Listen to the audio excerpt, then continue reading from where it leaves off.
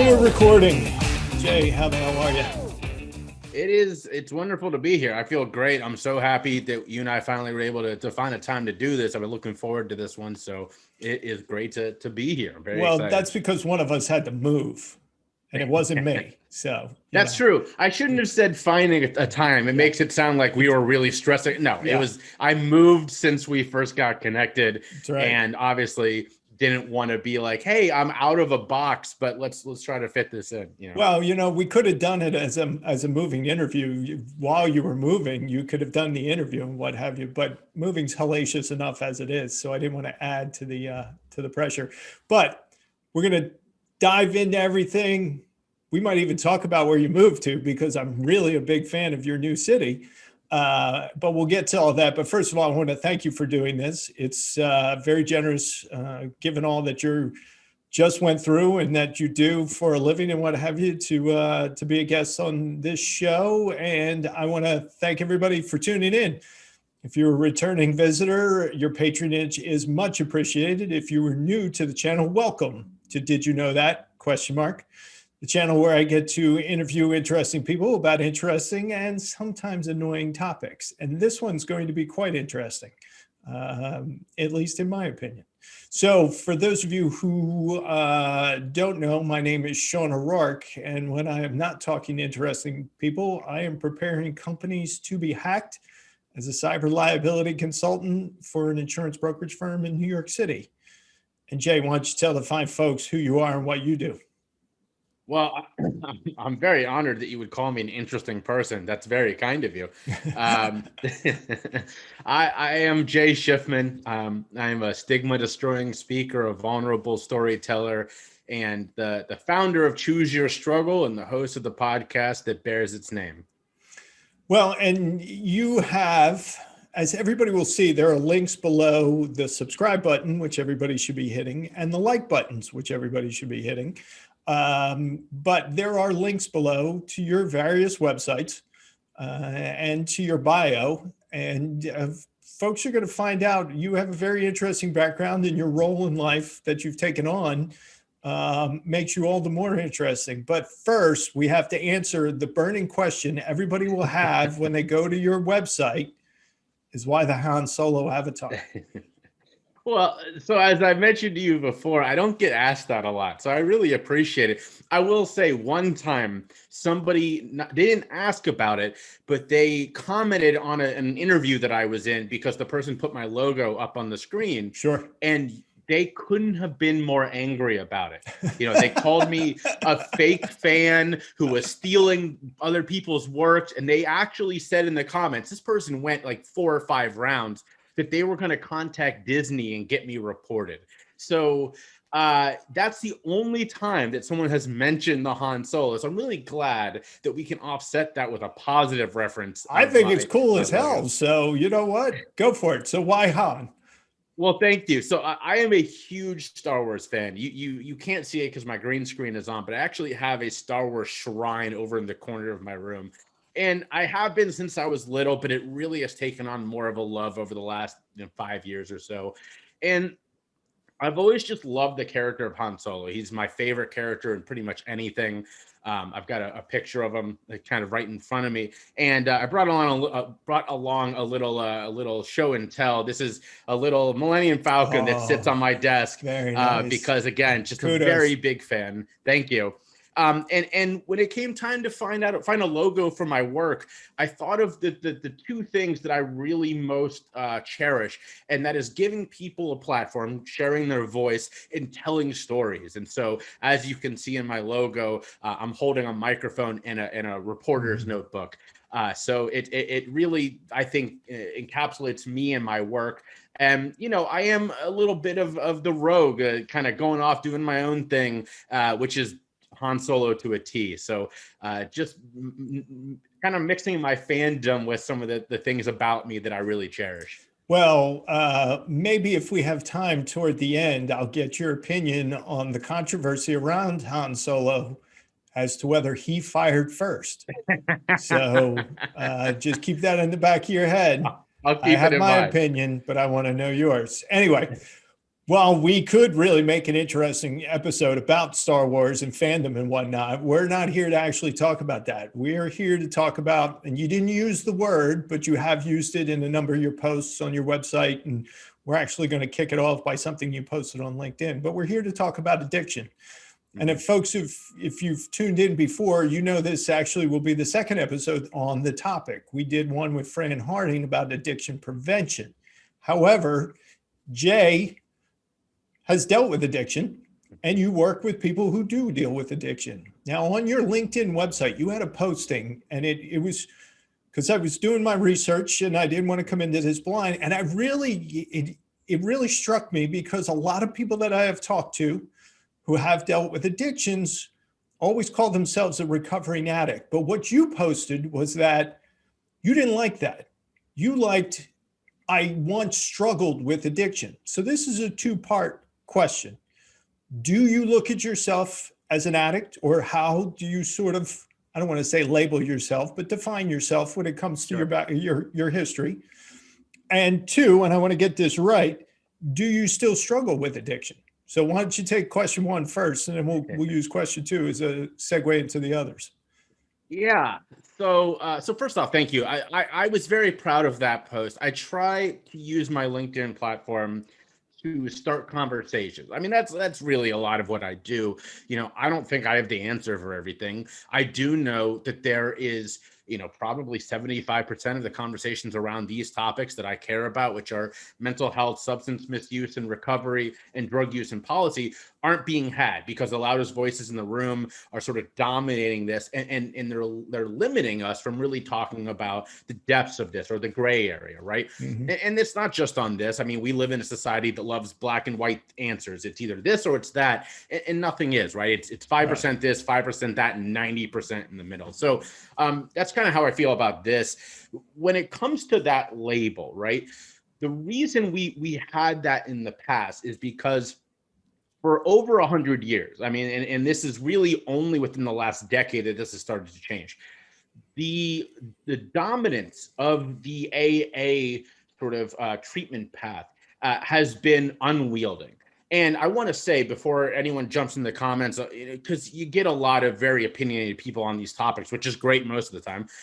I'm not anti-AA. I want to make that very clear. I think AA has worked well for an incredible amount of people. It wasn't for me, but it has for a lot of people. That being said, what I am against is AA is the only way thinking. And that was the real problem, not with AA itself. It's the way people took it and ran with it. And a big piece of AA, to answer your question directly, is labeling yourself. It's admitting you are an addict. And that's where this all comes from. And unfortunately, this is the only real health issue we do that with, right? I mean, when is the last time you heard someone with cancer saying, I am a cancer? Like, that's such a ridiculous thing to think. Right. But we do you that did with mention addiction. That. You posted that somewhere else before. When I was doing the research, you had posted that. And I had to admit, I found it kind of amusing. Yeah. Yeah, I mean, and rightfully so, right? If you were struggling with cancer or you were in remission, thank God, and I was like, well, you know, you're still a cancer, right? I hope you would smack me in my face. I hope you'd be like, get out of here. But we allow people to monopolize that thinking when it comes to struggles with substance misuse and addiction. So I do not like that label. Mostly, a couple of reasons. Number one, I don't think that it really does anyone any good. And number two, I think it takes away from the humanity of people, right? The whole point of that joke about cancer isn't to kind of point a finger at the absurdity, although it is absurd. It's to say we wouldn't dehumanize other people like that, right? We wouldn't take away a person struggling with cancer is still a person struggling with cancer. And yet when it comes to someone with struggling with addiction, we say to them, you're different now. You're something different. To me, that just doesn't make any sense. They're still a person. They're just struggling through something. So how do you define yourself? If somebody comes up to you and asks you, what do you say? Yeah, it's a wonderful question. So I say that I'm a person in recovery. I say that I am over 11 years from my sort of recovery or entering recovery. But then I like to sort of qualify that, because we like to count time in recovery. That's a thing that everybody does. I was actually on a call talking about this earlier today, that's a thing that everyone throws out, but it doesn't do a good job of highlighting the nuances of this struggle. You know, someone who is in remission, right? They may say from cancer, they may say, well, you know, I went in remission 5 years ago, but they would probably, or at least help someone understand their physical health better than we do with addiction. We just recognize this date as if you walk out of, you know, let's say treatment or rehab, and that's it, you're done, you're perfect. That didn't happen to me. That doesn't happen with anyone. It took me a solid 5 years when I entered recovery to really start feeling whole and start feeling healthy again. Now, that doesn't mean that I wasn't in recovery those first 5 years. It doesn't mean that things weren't good, because at times they were great. But it really means that when I look back, and even at the time, I kind of had this awareness like, okay, I'm finally at a place where my mental maturity has caught up with me. My body has healed from the trauma I went through when I struggled, and I can start moving forward. So while I'm 11 years in, I really think of myself as still about 6 years into a healthy place. And when we count that time, a lot of people like to say a relapse, well, you're starting the clock over again. That's not true. We don't do that with any other. If someone goes into remission from cancer and then it crops up again, well, then you battle it again. And yet when it comes to, you know, sobriety counting, it's always very quick to be like, well, I was sober for this 6 years, then I had a relapse. Well, but you're still fighting the fight, and that's what's important. Well, and then that leads to part two of the question. Do you still struggle or fight addiction? However you want to, whatever terms you want to put that in. So this is such a great and complex question, because well, that's why I'm here. You're coming with all the hard hits, man. Yeah, and you did say, you know, you love the city I'm in, which is the city of Philadelphia. And of course, everybody, you know, recognizes that with Rocky. So you're really coming in with the right hook on these questions. So I do believe, in a way, I still struggle, because I believe that we are never cured, right? Sort of like with cancer, you go in remission, but there's still a chance it'll come back. Sure. My grandfather, before he passed away, fought cancer 4 different times, and the 4th time got him, you know? Yep. And that time, by the time, you know, there's just nothing they could do anymore. You know, sure. They had done everything. He was 86. That's what happened. I believe that this is very similar in that respect. I struggled 11 years ago is when I entered recovery. That being said, while I never had a unhealthy relationship with alcohol, with cannabis, 2 things I still enjoy today, my struggle was with prescription pills. And I am very careful not to put myself in a position that recovery could be tested. And so I do that because I could be fine. I could go to the doctor tomorrow, get some pills, and everything's okay. Or 3 weeks from now, I could be at the absolute worst that I was 11 years ago. I have no idea. And I am not willing to test it over something like this, right? Sure. I believe strongly that everybody should have the right to use substances, whether it's alcohol to hard drugs. That's something I believe. That being said, not all of us have the capability. And me personally, I unfortunately found out the hard way that I do not have the capability to manage in a healthy way using prescription pills. That was something I could not do. And while it would be very easy to say, well, I'll try it again now, I'm in a better place in my life, I'm happily married, who knows, right? We don't know the full equation when it comes to struggling with addiction. We know some of the variables. In fact, we know a lot of the variables, but we don't know the full equation yet. Yeah. And so what if I'm missing a piece that I'm not aware of, right? I mean, I know my genetics made it more likely that I would struggle, and a lot of other factors, but until I could be absolutely certain that I wouldn't go back to where I was 11 years ago, it simply is not worth it to me to try it out. Now, that calculus is different for every person. Right. So I'm not saying that for everyone. I'm just saying that for me. Well, and it's one of the reasons why I'm having a second episode on the topic, because I do find addiction a fascinating topic, because we use the term blithely, I'm addicted to whatever. But I don't think people really have a full understanding what the real negative implications are of addiction. And to your point about the equation, in that, yes, you can say certain people are at risk, but the real problem with addiction is you never know until Right. you're all the way down the road and you're like, oh crap. Well, Yeah. I made a big mistake a couple years ago and it's a little bit too late. And now you've got Right. to struggle with this process. So let's talk a little bit about your history to give some people some context. And then we're going to talk about what you do now and how you do it. How did you end up becoming addicted to prescription drugs? Yeah, so to help people understand, first off, by the way, that was expertly said. I do a lot of these, and as the listeners, I'm sure, are already figuring out, nuance is the name of the game here, right? I mean, Yeah. you cannot deal with this subject with a club. It just is not possible. And yet, like I said before, because we live in a society where people want clean answers, it's either this or that, we try to do that. And I'm on a lot of these where I have to say to a person, well, okay, I mean, it's really more like this. And what you just said was perfectly done. So I have to applaud you for that. Thank you. So for the watchers, listeners, whatever, I do want to specify 3 different terms real quick to help people understand my story.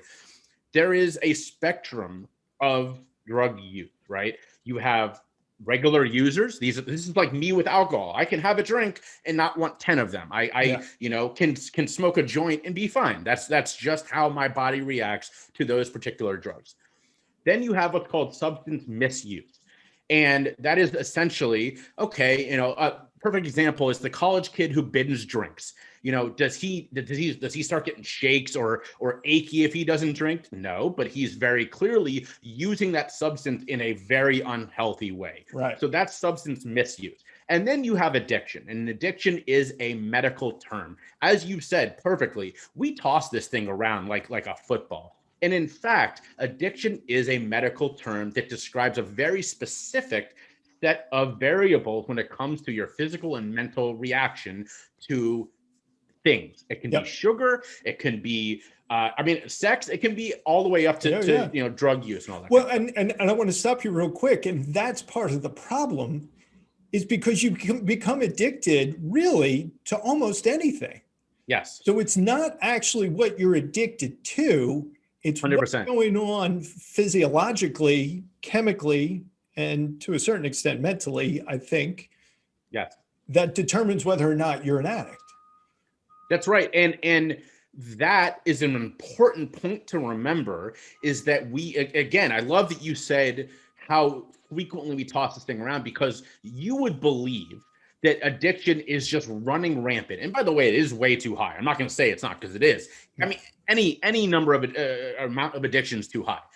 But of those who use substances, which is my focus, that sex addiction is its own thing. Sugar is a very real addiction that a lot of people struggle with. I don't really deal with that. What I focus on is substances. Yep. Of substance users, misuse is roughly 6 to 8% of those who use substances. Addiction is roughly 4%. And so when you hear that, you say, okay, so at any moment, only maybe 10% of those who struggle or use substances, which includes alcohol and cigarettes, by the way. This is a very large bucket. Right. Only roughly 10% of those have an issue. And of that 10%, a vast majority is just misuse. And now misuse is a problem too, don't get me wrong, but we talk about addiction like it's this mind-boggling number. It's actually a very small number. And that's important to keep in mind, because it colors the way we talk about all drug use. We scare people with this idea of addiction, which again, we misuse that term all the time, but we scare people with it based on this idea that it's way higher, and it isn't. It's a very small number. So it's important to know that when it comes to my story, because I went through the whole cycle, and that is very common with people who struggle. I used substances in my teens, and then I quit using in high school because I was an athlete. I was pretty good at baseball, had a chance to play in college, and I wanted to focus on sports. And here's what was so funny about this. I stopped drinking, which I experimented with in middle school, as a lot of us do. I stopped smoking cannabis, which a lot of us, I experimented in middle school.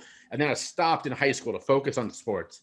And yet I had been diagnosed with ADHD as a preteen, and I was taking vast amounts more of medication every single day than that little bit of cannabis and that alcohol I was using, right? So here I was thinking I was straight edged, I was whatever, and yet what was being done to my brain was exponentially higher by the things that we are just okay with, you know, the prescription pills I was on.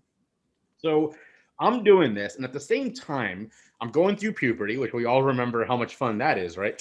And I'm also a person with some mental health struggles, as many of us are. Mine are particularly depression, anxiety, and OCD, which are OCD when it flourishes is a very it can be a very stressful thing to deal with. And as a teenager, I'm going through all this while going through puberty, and my therapist puts me on very high levels of what at the time was new medications aimed at treating ADHD. Now, I'm 34, and this was the late 90s when we saw the number of young people in this country treated for this go from roughly 400,000 to 2 million in 10 years. So this thing exploded. And all of these drugs were rolling off the assembly line. And of course, all therapists were going, great, try this one now, try this one now. So that's my perfect storm as a teenager. And unfortunately, instead of seeing that for what it was, right, my therapist saw this scenario that he helped create and gave it a different name, and he called it bipolar disorder. He said the symptoms I was showing were signs of bipolar, not of all of those other things combined. So by my late teens, I'm taking medication for bipolar disorder. I'm also taking medication for ADHD, treating ADHD. And by my freshman year of college, I am in the misuse phase. I am taking more medication than is prescribed to me. I'm also drinking a lot because I'm a freshman in college, and we still don't do a good job of educating the difference between healthy use and misuse in college kids. And I'm smoking a lot of cannabis because I don't feel good. I'm taking so much medication. My body is, I'm gaining weight rapidly because my career, my baseball career ended when I chose not to go to the one school that wanted me to play for them. And so I'm not working out the way I was in high school. I'm not eating well.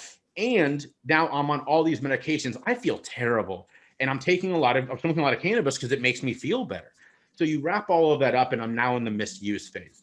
I end up failing out of school. I move home. And at this time, I had a major depression episode in my freshman year. And again, instead of seeing what was happening in my life, my therapist decides to up the ante and gives me more medication and more medication.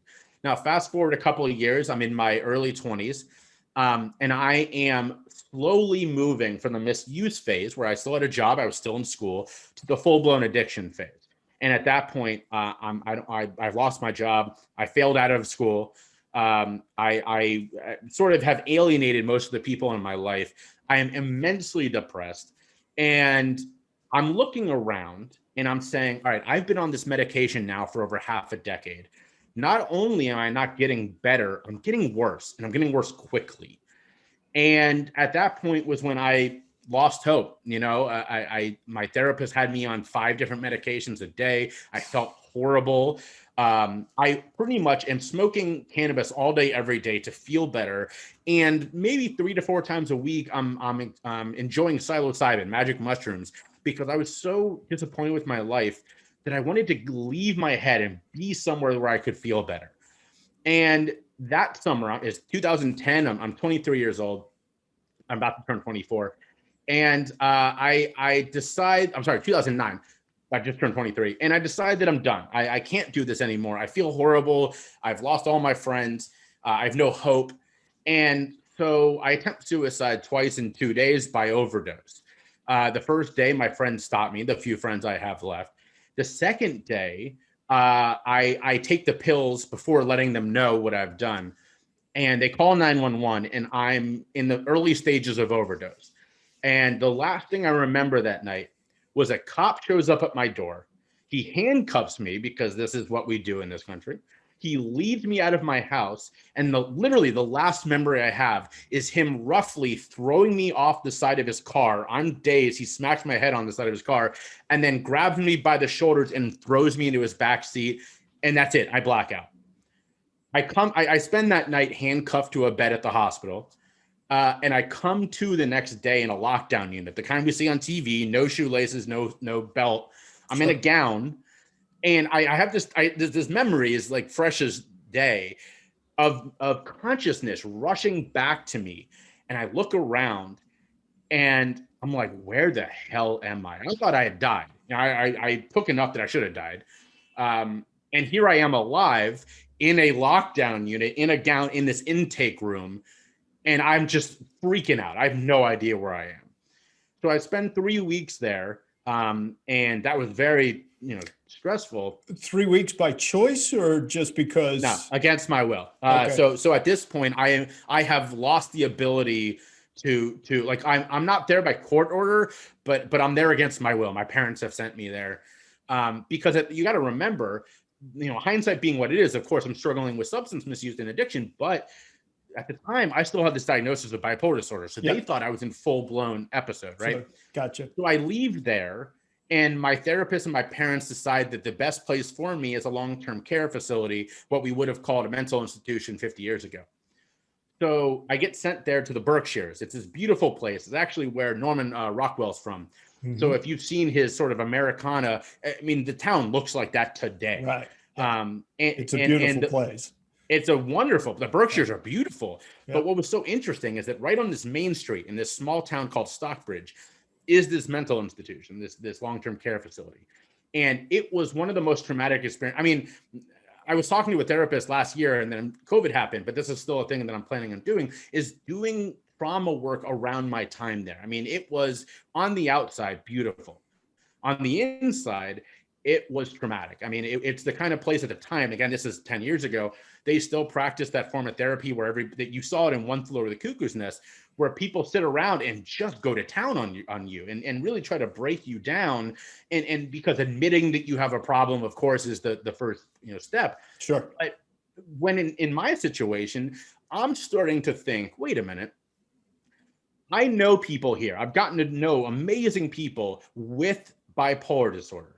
And then over here, I've gotten to know people in this place with struggles with addiction. And I'm going, that doesn't look like, this doesn't look like what I'm going through, but this does. Mm-hmm. And so I go to my therapist. And by the way, I have all my records, or those that weren't destroyed. And I had a lawyer get on my side about 4 or 5 years ago to help me get all these records. And some of the places refused, and I had to, really fight them for it. But one of the things I did get with my therapist records from this long-term care facility, and it's really interesting to read about the first day that I asked him to get off medication, because he says no. And he says in his records, he says the only reason that he would be okay with that is if I agreed to start over again. So with new medication. Oh, okay. And okay. Do all that. And if he proposes that to me, and I was like, that's not why I want this. I want to see who I am for the first time since I was a preteen without any medication in my system. And he says no. So at this point, I'm there against my will, but I'm not court ordered. And so I start filing the necessary paperwork to get me out of this place. And it takes a couple of weeks. Obviously, I'm glossing over a lot in this, but I finally get out and I go to live with my grandparents in a small town called Cornville outside of Sedona, Arizona. And I went through what's called step down detox there, which is where, for those who aren't medical doctors, you can't do cold turkey if you're on too high of medication of any kind or substances or whatever.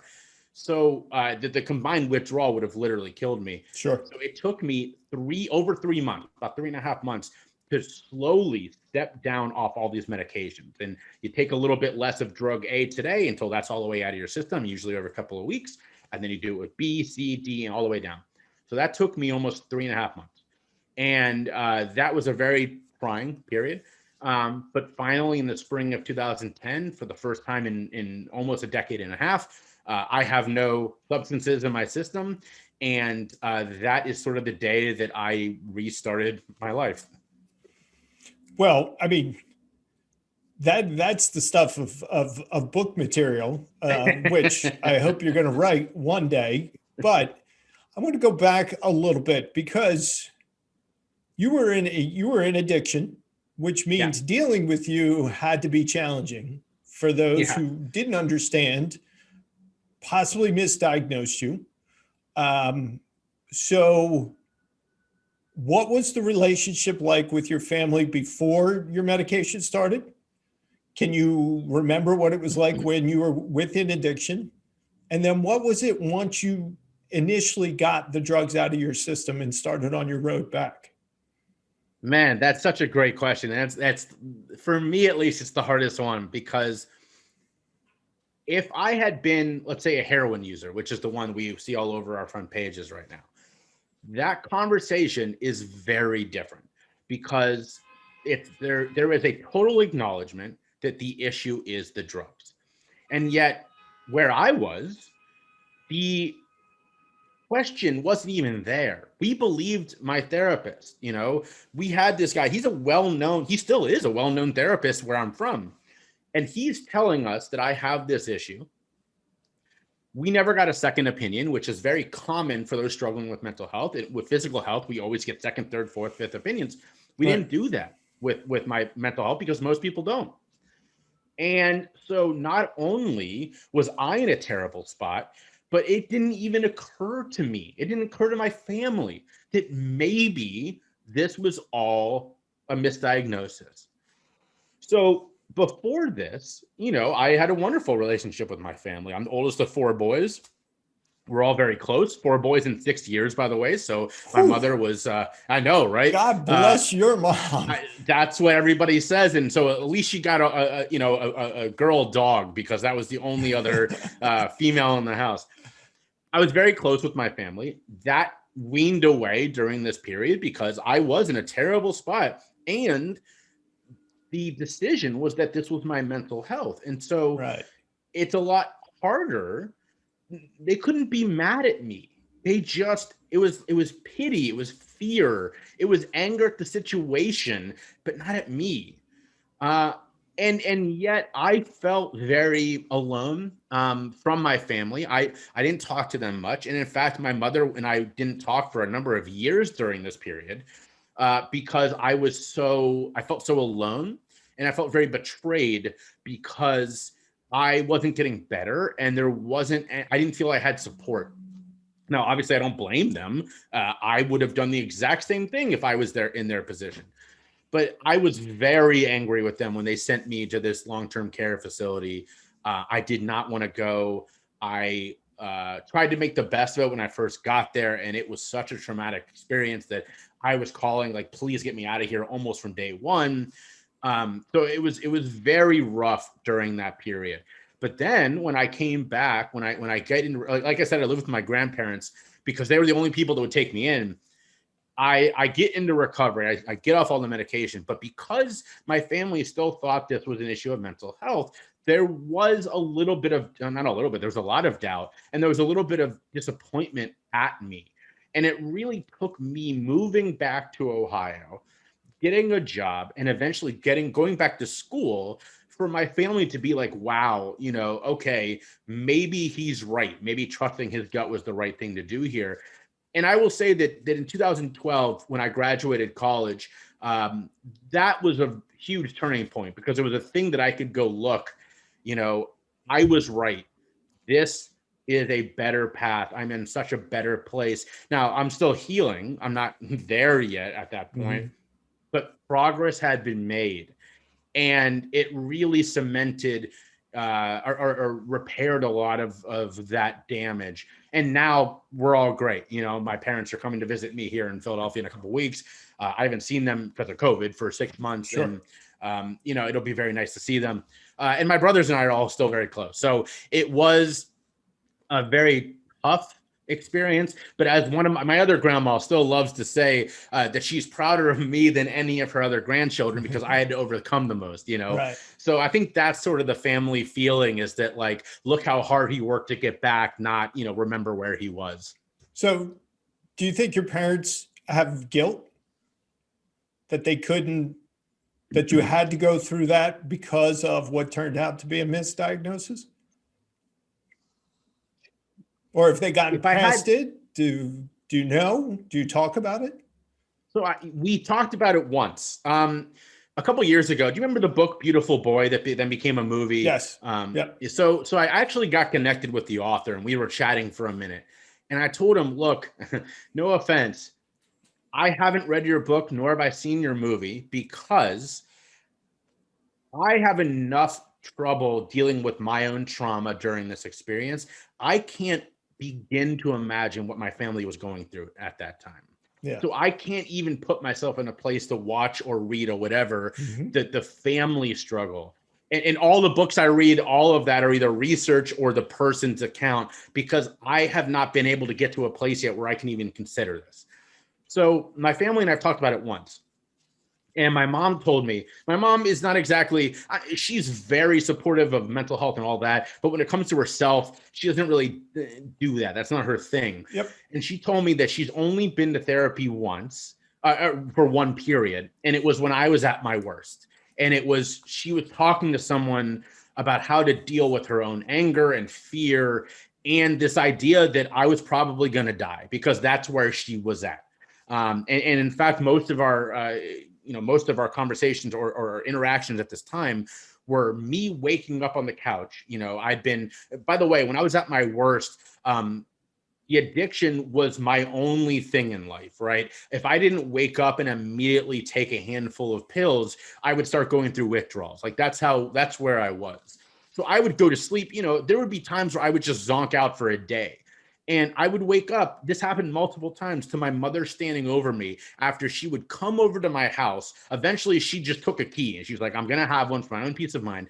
And I would wake up to her standing over me, her saying, you didn't answer your phone. I was sure you were dead. So that happened multiple times.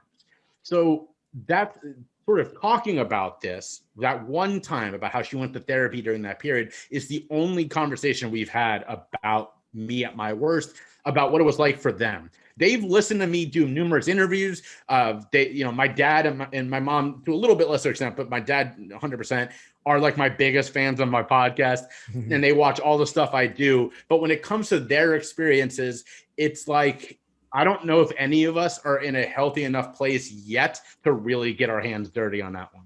Okay, fair enough. So I won't request to interview them until after you've had that chat. So thank you. That's so kind. All right. So now moving on, 2010, you're finally free of the drugs in your system and you start moving on.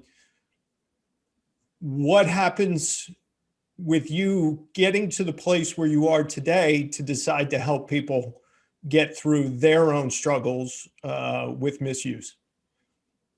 Well, this is the part I really like talking about because it's so the whole thing we just went through was just preview, folks. This is the main show. That's right. I like to say that my story is only important in the conversations it can start, right? Because my story is not special. I mean, I'm special in the fact that I made it through. That's it. But I didn't do anything. I just got lucky there, right? When you attempt suicide twice in 2 days and overdose, that's pretty much it. I mean, the rate of surviving that is gotta be astronomically small. Yeah, and but yet I'm still on here. Your story, you didn't want to go through with it, or else you wouldn't have told anybody. At least that's my thinking. So yes and no. The first time, you're right, I called someone and was like, I am doing this, right? The second time, I do believe that I did not want, I wanted to make sure that it was known, if that makes sense. That I didn't want it to be like, we haven't heard from Jay in 5 days. Where is he? Right. I fully did not anticipate to wake up when I woke up in the lockdown unit. So that's a lot of, not only was like, where am I, but also like, how am I still here? So 100%, there was a piece of me that did not want to go through with it. Right. But I took enough to knock out a person. So I don't know how I made it through that.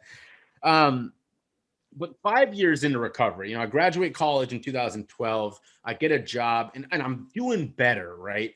But 5 years in, I really started to feel like, okay, my maturity has finally caught up with me, because I was kind of denied this brain development for a decade. I was on so many medications. I'm feeling better physically. I actually was getting ready to run my first half marathon. Thank you. I was in a better space when it came to relationships. Like I had gone through an okay relationship, but now I was in like a real good one. And I had moved to New York and then moved back. So like I was feeling good. And I've got a buddy who runs a storytelling event in Cincinnati, where I'm from. And he said he knew enough about my story. He's like, you gotta tell your story. And I was like, there's no way in hell. That is never going to happen, right? And I said that because the stigma around substance misuse and mental health is very real. I was sure. I worked in politics and in nonprofit fundraising, two industries built on relationships and what people think of you. And I was sure that if I admitted that I had failed so miserably and gone through this struggle, that was it for me. And so I said no 3 times. And then I happened to be going home to see my parents to have dinner with them. And I walk into my dad's home office.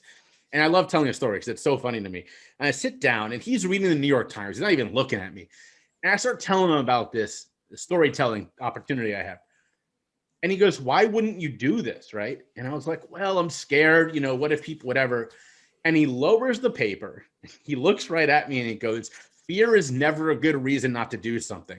And then he picks back up the paper as if he didn't just blow my world apart, right? Such a dad move. Actually, that's a power move right there. That is a real power move. He's run our family business for 20 plus years. He's nationally on national boards. He's recognized as one of the leading CEO. So there was a power move there for sure. But I started thinking about that. I was like, man, he is so right. Like, if I honestly had good reason to say no to this, I should, but I have none. I'm just terrified. So I called my buddy and I was like, all right, let's have breakfast tomorrow. And he knew immediately. And so we have breakfast. He's like, so you want to tell your story? And I was like, yeah, I guess so. So I finally get ready to tell my story. And it's election day of 2015. And so this event is leading Cincinnatians, influential, well-known, who are telling their origin stories. And I'm the second headliner. And so I'm right before the break. And I tell my story. And I go to the back of this event space. And I'm like, well, that's it. I've just thrown away my influence in this town. That's it. I'm done. And the opposite happens. I get, you would have thought I just won the Super Bowl or a World Series, which was always my dream when I was little, right? People come around me. My brother hugs me. It's a beautiful moment. And immediately, like the next day, I'm invited to do a TED event. And the ball just starts rolling. People are reaching out to me like, can you meet with my son or my daughter? I'm struggling with this, or my brother is, what do I say to him? That kind of thing. I'm getting invited to speak. I'm getting invited to attend events and sort of not only tell this story, but sort of work with others to help them. And I'm doing all this on the side for the next 4 years. I start this sort of side business called Choose Your Struggle. And it's fun. It's like a hobby, that I really enjoy because the ability to help people is very strong.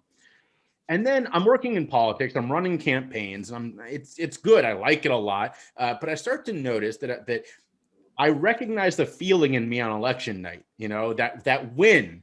And I'm like, ooh, this isn't good. This reminds me way too much of where I was about 10 years ago. Sure. And so I'm working with a job coach to sort of think about, well, what's next? What do I do next? And she says to me, well, you're already doing what you're passionate about on the side. Why don't you do this for a living? And of course I said, oh, I could never do that. That's not a job. And once again, it's just that fear talking. Yeah. So with her help, I leave this job, that my politics career. And by the way, my boss was very disappointed. I mean, not in he was very proud of me, but also, it was sort of caught him off guard because we had just come through election season and here I was going in and I'm done. And I start this full time and I start building this business of storytelling, of speaking. That was my main focus before COVID was speaking. And obviously I hope that comes back because that's my big money maker in this line of work. Yep. But during COVID, I needed a way to keep getting the message out and keep influencing people.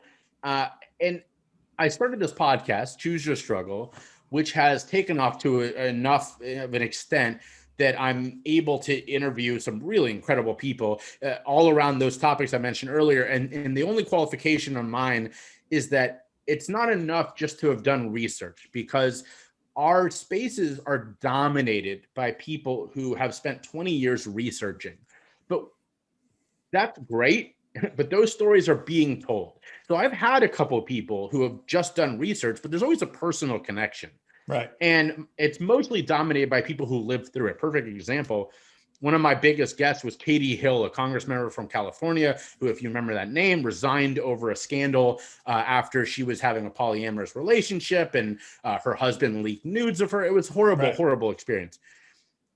We didn't talk about the scandal. I mean, we did tangentially, but we talked about where her mental health was during that period. And here's the thing that didn't get any press. While this was happening, she leaves Washington to get away from this scandal, and she finds her brother overdosed in her family home, and he dies. So we talk about that, like where she was, why her entire world crumbled. And that's what makes my show different. You know, I've had big names on my show, former major leaguers, a guy who used to be a well-known running back. We're not talking about that stuff. We're talking about who they are behind this, where their mental health was during these periods. And that's what's allowed my show to be different and to thrive, is that I've gotten emails from people. The best one I ever got was a guy in Northern Africa who sent me an email that said, "We don't talk about these issues where I live. This is my outlet." You know, and it's kind of hard to imagine there are places that don't talk about this worse than the US, because we don't do a very good job of this. Right. But we do have the ability to start these conversations. Oh, there definitely are. Much worse. And as a guy who just moved to Philadelphia, I was in South Carolina, where it is worse. I'd make the joke all the time that I got the words "bless your heart" thrown at me so often, my dog thinks it's my name. Yeah. But it's nice to be back in an area where I can talk about these things openly on the street without getting people like, okay, you know. Yeah. So that's what I do. It's all about ending stigma and then having honest conversations. My only rule on my podcast is you can believe strongly in your way of treatment, your way of prevention, whatever it is. But the minute you use the word only, as in mine is the only way, we're done. Because I have no time for that. That we're losing 125,000 people a year, more than that now during COVID, to overdose and suicide combined, just those two. And if you want to tell me that your way is the only way, you're not doing this for the right reasons. We need all the people at this table. We need all hands on deck to solve this issue. Well, it goes back to how you started the conversation. It's that nobody has the equation. They have particular elements. And if you have particular elements, but not the full picture, then there's no way to solidly say, well, my way's the only way, or my way's the best way. Well, no, your way's the best way for the people for whom it works. That's right. And it's the worst way for the people who it doesn't. And so you said before that you didn't think you were special, but are you unique in that you were self-aware of how you wanted to treat yourself and get away from the drugs? I think that is, I wouldn't say unique. I would say that is very uncommon, for sure. Well, I think that's the antonym of unique. Well, except that I would say that unique is uncommon kind of deal. It's not as sexy. I guess I'm trying to be humble here in a certain extent, but I'm also trying to point out that it's less common because it's not the stories we hear that often. And again, for those listening who don't know the term harm reduction yet, this is where we're going and where we are in a lot of places when it comes to treating substance misuse and addiction. And the basic tenet of harm reduction, there's two. It's meeting a person where they are and helping them use more safely. And what that means for some people is total abstinence. If you are all substances set you off in this pattern, I'm sorry, that's the luck of the draw. You can't use anything. That also could be my situation where, well, you do okay with all of these, but these you struggle with, right? Or this you struggle with. And in that sense, I'm not unique. This is a bigger camp now, but it's starting to get the awareness that it was denied a long time. And so in that sense, the knowledge, okay, so I was totally abstinent. And by the way, I was sober beyond AA's definition, which allows you coffee and cigarettes. Why? I have no idea, but that's their definition. You can be sober and still use those. I don't smoke cigarettes. Just not my thing. And for the first 6 months or so, I didn't drink coffee. I was completely and totally sober, except occasionally using cannabis.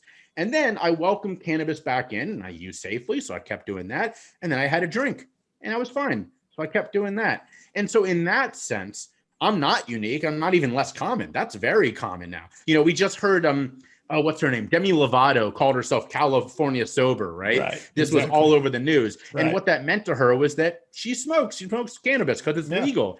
You know, and I think when you start having those conversations, you start realizing that if you can be addicted to sugar and yet someone is sober but eats 20 cookies a day, I mean, in my opinion, that's probably less healthy than having a drink. Well, it's a substitute. Well put. Exactly. Yeah, it's just a substitute. You're still, whatever the core issue is, you're still dealing with it. So you're substituting one for the other. And you do, that's a great word. I appreciate you saying that, because you do see that a lot. And I've worked with a lot of people in AA, and I've gone to a lot of AA groups now that I'm in recovery to speak and do that kind of thing. And there's so many times that I've seen a guy always fresh into recovery, sitting in the back of the room, chugging cups of coffee and smoking, chain smoking cigarettes. Right. And I want to say to him, now, if you were drinking, let's say, a case a day, well, okay, so maybe what you're doing now is a little healthier. But if you were having a couple of drinks every day and that was your issue, you were really struggling with misuse, not addiction, what you're doing now is less healthy. The substitute is less healthy. Right. But we don't have those conversations enough. They're starting to happen more. So I do appreciate you saying that. So where you stand today, and I want to get this right, because as a lot of people who watch this channel know, I'm a big time cynic about certain things. And media is one of them. I mean, I went to school for journalism, decided not to get into the industry, but I have a very hard time with sort of mainstream journalism. Has mainstream journalism coverage of the opioid usage simply because there were dead people to take pictures of caused more damage than done good to bring attention to the issue? So the answer, like most things, is yes and no. So I will take you one farther. It's not just that there were dead people, it's that there were dead white people.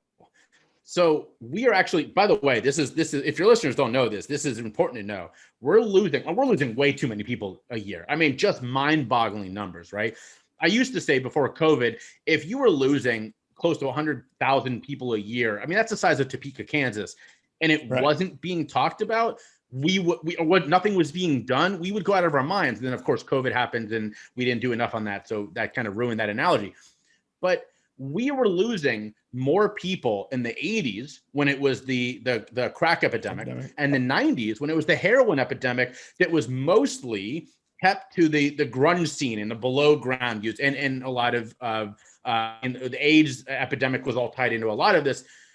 Those things were covered very differently than this is, because these are a lot of times middle class to upper class, white guys that are dying. It's a lot of high school quarterbacks who get their knee blown up, they get Percocet, and next thing they know, they're buying a dime bag of heroin, right? I mean, that's the story we're hearing a lot. So 100%, the media has focused on this in a very unhealthy way. That being said, it has brought more awareness. This is such a telling statistic. Trump was applauded. I went to a conference 2018, 17, where Trump was applauded for giving money to fight addiction. It was the most ever given, and it was like $8 billion. It was nothing. But that was $8 billion more than was given the year before. This was not a thing that was directed anything at. So in that respect, the coverage has really helped. Now, where it's hurt is the narratives that are being told, the facts that are being shared are outright lies. In some cases, they are continuations of, I hate using this word because there's a lot of stigma and baggage attached to it, but flat out propaganda you know, I mean, this is a different podcast, but the history of the drug war in this country is unreal. Yeah. The lies that it is based on, and in many cases, overt racism. By the way, if you don't believe me, go look at the original bill that was anti-opium. It was under Nixon. Farther back, I'm taking you back to the 19 teens, where the first anti-drug bill was directed at Asian immigrants. It says it in the bill. Now, under Nixon, you're right. It was all about the hippies and black people. I mean, he was overt about this. So in that respect, the fact that the media keeps using a lot of this language, a lot of these terminologies, and sharing a lot of the same biases is incredibly harmful. And you see it a lot in movies and TV, the language that is used. You know, there's this new movie out right now with, I think it's Glenn Close and Mila Kunis. And it is so harmful that you are literally seeing protests in front of theaters in some cities from people in recovery and you know, drug users unions being like, do not show this movie, because it's tropes, it is outdated terminology, it's harmful rhetoric. It is so bad, and yet, you know, they're all being applauded for how compassionately they show this. It's not compassionate, it's just BS. So yes, to answer your question, there's a lot of problematic things with how our media covers this, but there's also been some positive consequences. Okay, fair enough. But like you said, it's always a gray area. There's 5%, and like you said, 90 in the middle. But to agree with you, it is mostly bad. I don't want to say it's 50-50 because it ain't. I get it. But it is mostly bad. Yeah. Everybody on this channel knows which way I was rooting for. So on that front. When you talk to people, do you have clients, individual clients, or do you just do this sort of on a group basis to try to reach people en masse as opposed to one-on-one? So I used to do one-on-one coaching. I still do it on special occasions. I stopped doing it because I, quite frankly, do not feel that I am good enough to give people what they deserve. So not to say I didn't help some people, and in a couple of cases, I hate sounding like a jackass about this, but I've made some real differences there. That being said, I believe my ability to do things like do this and use my platform to I have 2 storytelling events that I do regularly. My podcast, I'm starting a new storytelling podcast. I do have my coaching certificate and my group coaching certificate. So a little bit of both, but it's like, was almost 50-50. And now it's like 85 sort of big picture like this, like advocacy work and stuff like that. And now a lot less individuals. That being said, I say this every time I speak or I'm interviewed.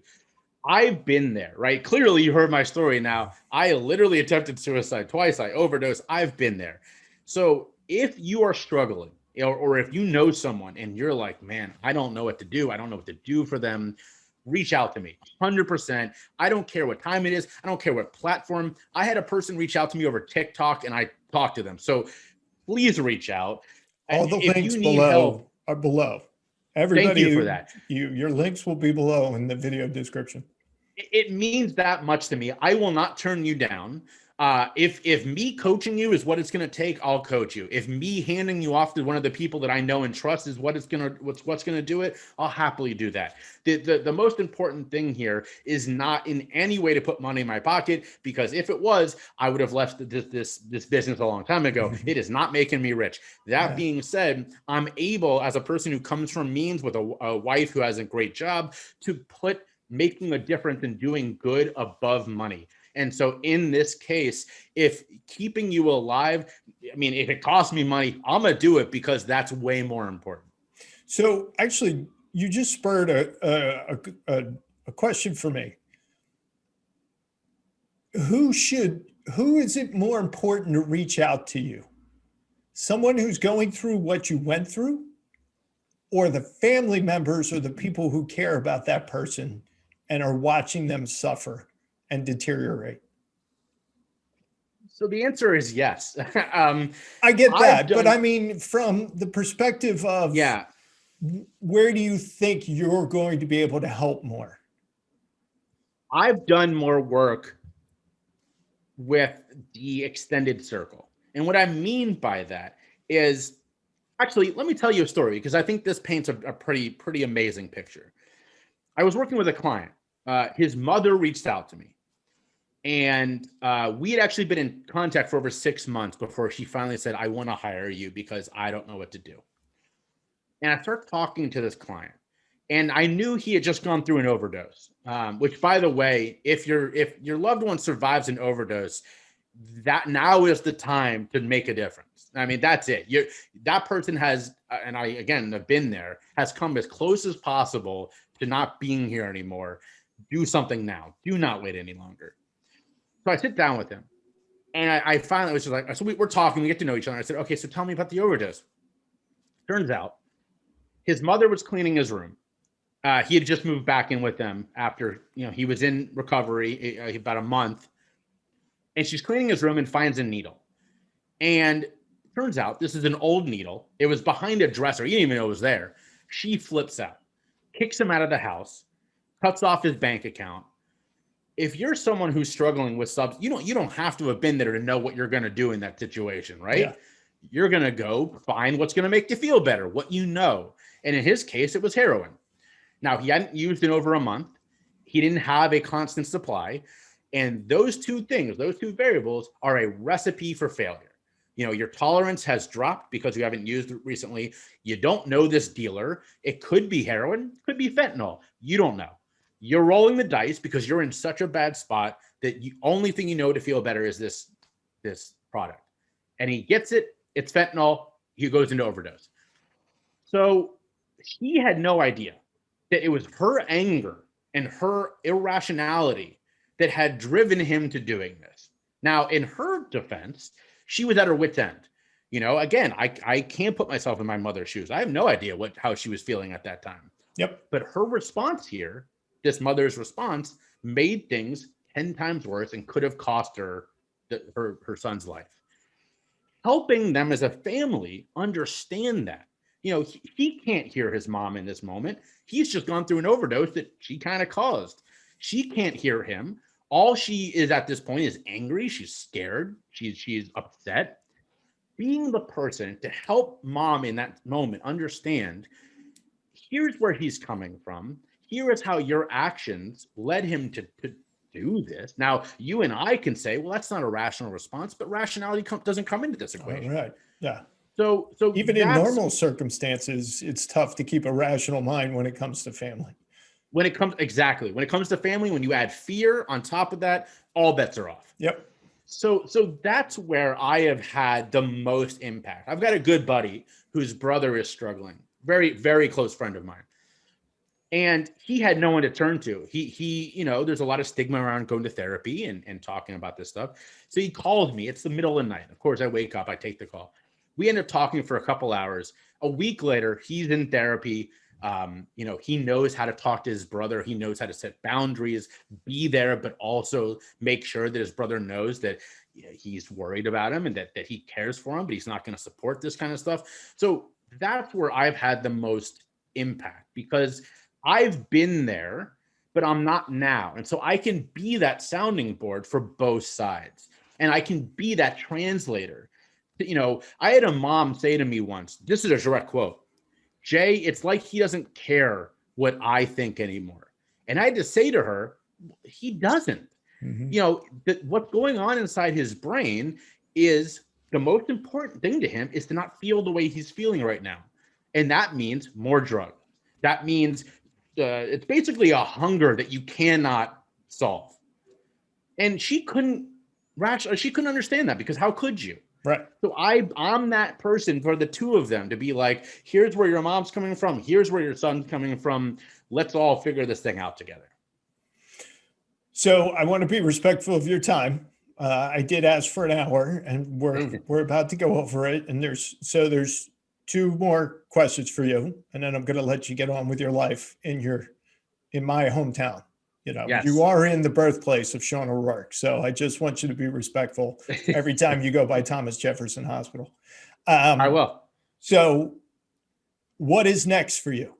What do you want to do next? I'm not going to ask you your 5-year plan. What do you want to do next to help people and sort of further bring your message out to the world at large? Yeah, so I'm glad you're not asking me for the 5-year plan because I don't have it. There's actually we have a 5-minute plan, so let's be honest. So I'm glad to hear that because there was a study done not long ago that I read about that the average person, when they ask them to think about the future, can think 4 to 7 years ahead. The average person struggling through addiction thinks about 2 weeks. And that's because in that moment, why think about the future if you don't know if you're going to be here that long, Sure. Which is very morbid, but it's helpful to know.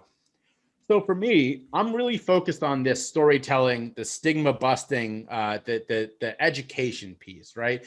I think that's where I have as a former mentor of mine used to say, I think that's where I have the right to win, I am a person with a platform. I'm a person with a platform as being a white guy who came from privilege. And I've now created a literal platform, my podcast and all my storytelling events. So the goal is to do a lot more of that in person when the world opens up again, having real storytelling nights, having spaces where people can come and be understood. And it's not just substance misuse or addiction or mental health, it's trauma, period, Sure. So in my rock bottom storyteller events, the only qualification is you have to have been through a rock bottom. Some people, I had someone who did a story the first time I did this, her event was a traumatic physical experience, So these are all things we share together, and yet we're very siloed. So that is really where I'm focusing. I'm doing a TED Talk in a month. So excited about that opportunity. This will be my second TED event. Nice. And thank you. And I think what's so important about that is that TED doesn't really, they don't give a lot of platforms to people with lived experience. And mostly it's, it literally stands for technology, education, design. So They really go for research. So as a person with lived experience, getting this opportunity is I'm very happy about. That's where I'm trying to focus, and it's speaking, it's storytelling. I've got, like I said, I've got my own podcast. I started a podcast network that's called Shameless, the Shameless Podcast Network. That's for stories and platforms that go at this idea of stigma and try to break stuff down. Right. And so doing more around that and really just building up this opportunity to talk about these things is my focus. Well, I wish you a lot of luck because this has been one of the fastest hours on this channel. Because literally, I have innumerable questions that I wanted to ask you and what have you, but I knew that we would be here all day if we did. So there may be a part 2 and 3 to this conversation at some point. So this has been a pretty heavy episode. There's been a lot talked about. So we're going to end it on a very controversial yet high note. And this goes back to what we opened the conversation with. I hope so. Did Han Solo fire first? In the original filming, Han Solo did not shoot first, but I truly believe that they got a little cute with it and they made it more confusing by trying to make it so clear that he did not shoot first, that now it's like, who knows anymore? So right. I will say this though, I would be okay if he did. I'm not angry about it. Because Greedo was not there to make friends. He wasn't messing around. Of course I'd shoot first, And for the people who don't know what we're talking about, we're not going to explain it. You have to go look it up. You actually have to do some work. Although if you don't know what we're talking about, it means you haven't watched Star Wars enough, and that's kind of on you. So maybe go do that. Yes. And we're talking the very first movie. Within about 20 minutes of the first movie? Yes. So, yep. Yeah. In fact, it was the scene that hooked me because of Really? all the different characters. Well, first of all, the very first scene where Princess Leia's ship, and then you get the whole perspective of the Star Destroyer coming after them in that it just went on forever. But what I remember most about the opening of that movie, because I'm much older than you are, is my dad took me to the theater, and the theater's packed, but he read me the opening scroll because he knew I wouldn't be able to read it fast enough and sort of understand what was going on. So he read it to me from his hand like this. And I just remember the guy in front kept turning around as my dad was reading it to me until he saw how old I was. And he was like, okay, just shut up the rest of the movie. But yes, the cantina scene is the scene that totally hooked me because of all the different characters and costumes, you know, the monsters and what have you, as I called them back then. I thought it was the greatest thing I'd ever seen. Well, I am super jealous that you got to see the original trilogy in theaters. Yes. I've only seen, I didn't even see the prequels in theaters. I was in I was in middle school and then high school. But I've seen all of them since, and huge fan of the shows. And as I said, you can't see it, but there's a literal shrine to Star Wars, including a bunch of autographs and stuff over there. So, well, if I was doing this at home, you'd see my shrine to Batman. So, but Star Wars is close up on my my pop culture list. Hey, Jay, well, this was fantastic. Go ahead, finish. Thank you. Thank you for having me. I was just going to say, anytime you want round two to ask more questions or, you know, take an hour to talk Star Wars, I'm here. We might actually do that. We might actually do a Star Wars or a pop culture episode, because actually I've been thinking about that, is to return and do like a quick 15-minute segment and ask former guests about pop culture likes and dislikes and what have you, and have a conversation about that. So keep that in the back of your mind. And next time I'm down in Philadelphia, I'll be sure to look you up so we could go grab a cheesesteak at Jim's. You got to show me your favorite one here, because I, of course, only know the big names and the couple that I've happened to stumble across. So 4th and South Street.